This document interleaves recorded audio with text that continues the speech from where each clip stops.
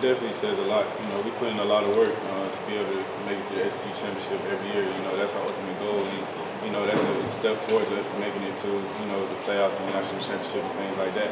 You know, we always take pride in winning our games on the East. Like I said, when any team plays us on the East, we make sure that they don't want to play us again. So that's our goal every time we step out on the field on the East side.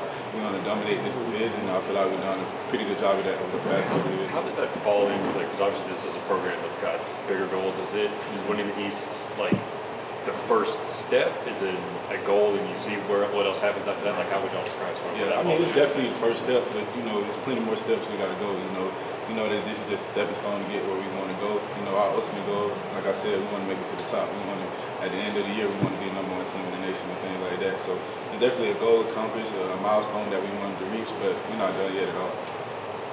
Chris, just talk about getting back in the field last week against Florida. I know you dressed against Kentucky. It played like you kind of wanted to get back out of that. Yeah, I definitely wanted to play. I miss being out there with the guys and stuff like that. So it was great being able to get back out there against Florida and be able to go to war with the guys and things like that. I'm a real competitive guy, so not being able to be out there against Kentucky, it was really biting and eating at me and stuff like that. But, it was great to be able to see other guys get opportunities and things like that. And like you said, them guys went out there and handled business as always. How quick did you read that fake, Chris? How quick did you deduce that? Was that something you scouted? Yeah, I mean, it wasn't anything I really scouted, but just from the beginning of the play, Richardson, we know that he can run the ball, of course, but he was like 5-6 yards off the ball, so he caught the ball, tried to run up a little bit, and then throw it. I never bid on the run. I did my job, and everybody else did theirs. I think it was I don't know who it was. It was like a linebacker. I think it was Jacoby. Jacoby did a great job of forcing him to throw it a little bit early. Me and Brini stayed in the back end. So it's just a part of everybody doing their job and stuff like that. I wasn't trying to go play hero ball or nothing like that. I just wanted to stand back there and do my job, which is stay in my zone, play the ball. Yes, sir. To be clear, when you hurt your shoulder against Auburn, is that what somebody says? Pop it back in and all that? Yes, sir. Have you ever been through that? No, I never been through that. I dislocated like my thumb before, but it wasn't the same. But it didn't hurt too bad. I felt pretty good, and Mr. Run and our training staff and stuff like that, they have been doing a great job with me, making sure I'm fully prepared and ready to be back on the field. I've been strengthening those muscles around my shoulder and things like that. So I definitely appreciate Mr. Run and the rest of that training staff for being able to keep me prepared and ready for the game. I want you to speak on Kobe Dean's read he made on that take 6. What you shot down. Why? I mean, how was he able to do that? Yeah, Kobe's an awesome player. Just to start off, he's so smart. I love being able to be on the field with him because he just makes me feel so comfortable. He's going to always make sure that the whole defense is on the same page as well as I and the D-line. It's always a working thing. And that play that they ran, we run that even up to last year. Like last year, Florida had that same kind of play, and I guess Kobe was used to it. We seen it in practice a couple times and things like that. And when he seen the ball thrown, he broke on it and made an amazing play. And I know this is going to sound like it's a busted question to you probably. I mean, Coach Martin always talk about the team improving week in, week out. From y'all's perspective, you look at the stats. I mean, they say one thing, y'all playing some pretty good football, but there's things that go on. I know that happens with coverage and that thing that are messed up for people like you don't see. Just address that is just along those lines, y'all have to get better. Right. Yeah. Like every time, like you said, it's a lot of things that you guys don't see, and I say it every week I'm up here. We want to go to the doctor, like I said. So the first thing we're gonna do when we up here on Monday, we're gonna try to figure out what went wrong and try to fix it. We're gonna focus a little bit on the things that went good, but that's just a little bit of the parts that we try to focus on. The only way you can get better is focusing on the things that you were bad at. If you constantly focus on the things you do good, you're not gonna get any better because you're just gonna keep patting yourself on the back. So like I said, we're gonna go to the doctor, make sure we fix everything that was wrong from the game on Saturday, and get ready for this next team. I don't say anyone on the team talking about pats on the back. Anyone on the team can get y'all the kick in the rear sometimes. To not take that kind of thing. I'll say I'm kind of that person. Me, Nolan, and Quay Walker. We kind of the guys that make sure that when things go wrong, we keeping the guys' head on straight. When things not going our way, we making sure we give positive affirmations and things like that. But it's definitely a little bit of grit behind it, just to get the guys fired up and things like that. Because it's a battle every time we step out on that field. Chris, I know you guys are going to be humble and move on, but can you just take us inside the huddle in that 2.5 minutes there? That was you just don't see that very often in any level of football. Yeah. I mean, it was a crazy thing to watching those guys in that front seven be able to go to work. You know, us helping them out in the back end. And like I said, I know you guys see Coach Landon and Coach Smart on the TV in those huddles. You can't really hear what they're saying, but they're always talking about turnovers. We need a turnover. So, you know, that's always in our mind every time we go out there. You know, our goal is to get 3 or more turnovers every game, and we did that with the 2 minutes, and it was definitely a big momentum swing in the game, and I really feel like it helped us out in the end. You ever done that in practice sometimes where you had like a rash of really quick turnovers like Oh, that? yeah, for sure. It always happens. But, you know, playing the great offense that we have to go against, it doesn't happen that often, things like that, because, you know, we got great players on the offensive side, too, but we definitely have those moments.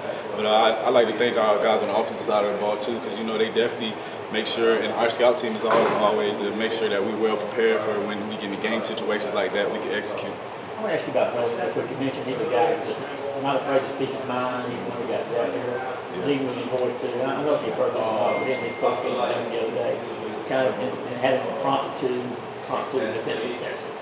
Some criticism he feels he's taking maybe from some fans or whatnot. I mean, is that just indicative of him to how the whole team feels about Stat? Yeah. You said, wait, can you say? Well, no, about Nolan King, he had made an impromptu, I guess, defensive Stetson Bennett. I just wonder, is that kind of the way the whole team feels about Stat? Just about Nolan speaking up to that? For sure. You know, Stat is an awesome player. He's done a lot of great things for us. He's driven us to a lot of wins this year, and like I said, you know, Nolan, he's definitely one of those more vocal leaders that we have on the team, and I love him for it. You know, he keeps us going a lot of times when some guys don't want to go. So, you know, it's definitely appreciated Stetson and Nolan. You know, those are definitely big driving forces to our team and our success. What is it about that defensive guy like you appreciate the most when you see him play, you see what he does in practice? What is it about his, I don't know, boxing character, what you would call it, that y'all really gravitate to? Like you say, he's the mailman. He always delivers. He got a moxie and a poise about him that you know, a lot of people don't have. You know, he's always cool, calm, and collected, and that's the main thing I appreciate about Seth. No matter what happens out there on the field, he's always going to go out there and execute. You know, he has a lot of poise in the pocket. You know, and I just really appreciate it. How much does his story though mean to you guys? I mean, we're gonna walk on 2 stars, 7 salaries, kind of have to earn his way. But that is something again, this guy just really appreciate and gravitate to. Yeah, definitely appreciate it. You know, his State has a great story and it's still going. You know, we all gonna be with him every step of the way. So what's up with Hickville Church? Hey, Bill. Yeah, you know, they struggling this year in the football realm and stuff like that. But like you said, I'm always rocking with Hayfield Charter, Coach G, and Coach Pope. They did so much for me, man. I just feel like I would have never even be in this position I am without those guys up there, you know. And I'm forever grateful and indebted to everybody up there in that program.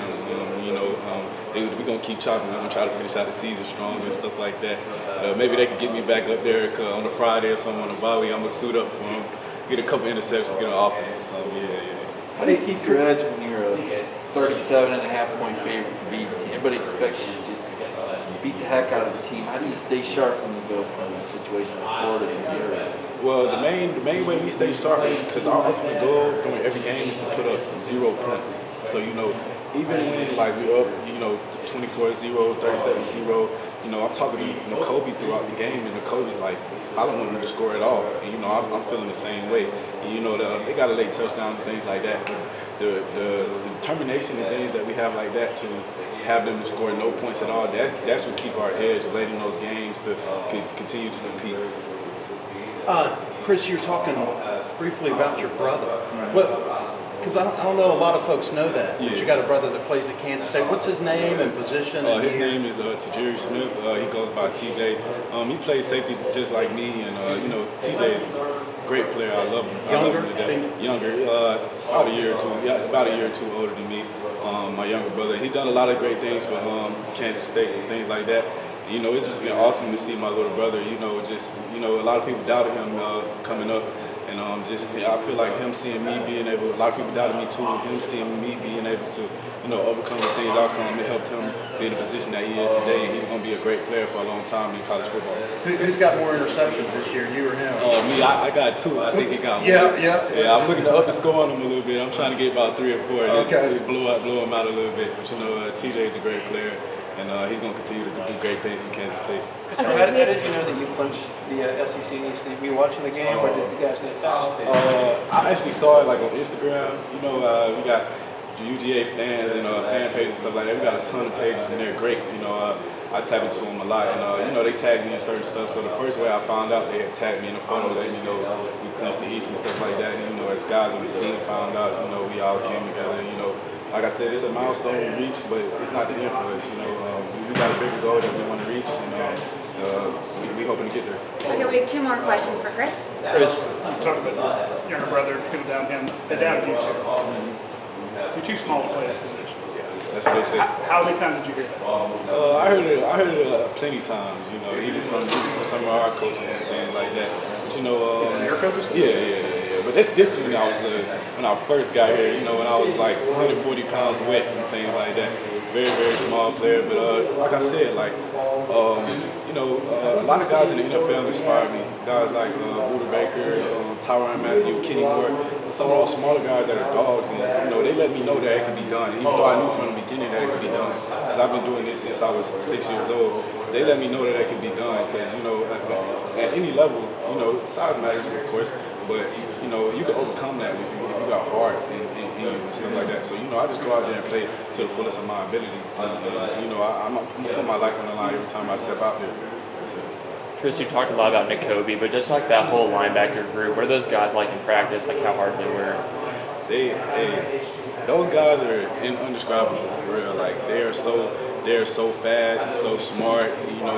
You know their position coach, Coach Shu, he's one of the smartest guys that I've ever met in football. He does a great job of keeping those guys prepared, and you know, they take what he gives them, the knowledge that he gives them, and they pour it into us. So he's definitely great to be able to share the field with those guys. Okay, that's all with Chris Smith. Thanks, y'all. All right.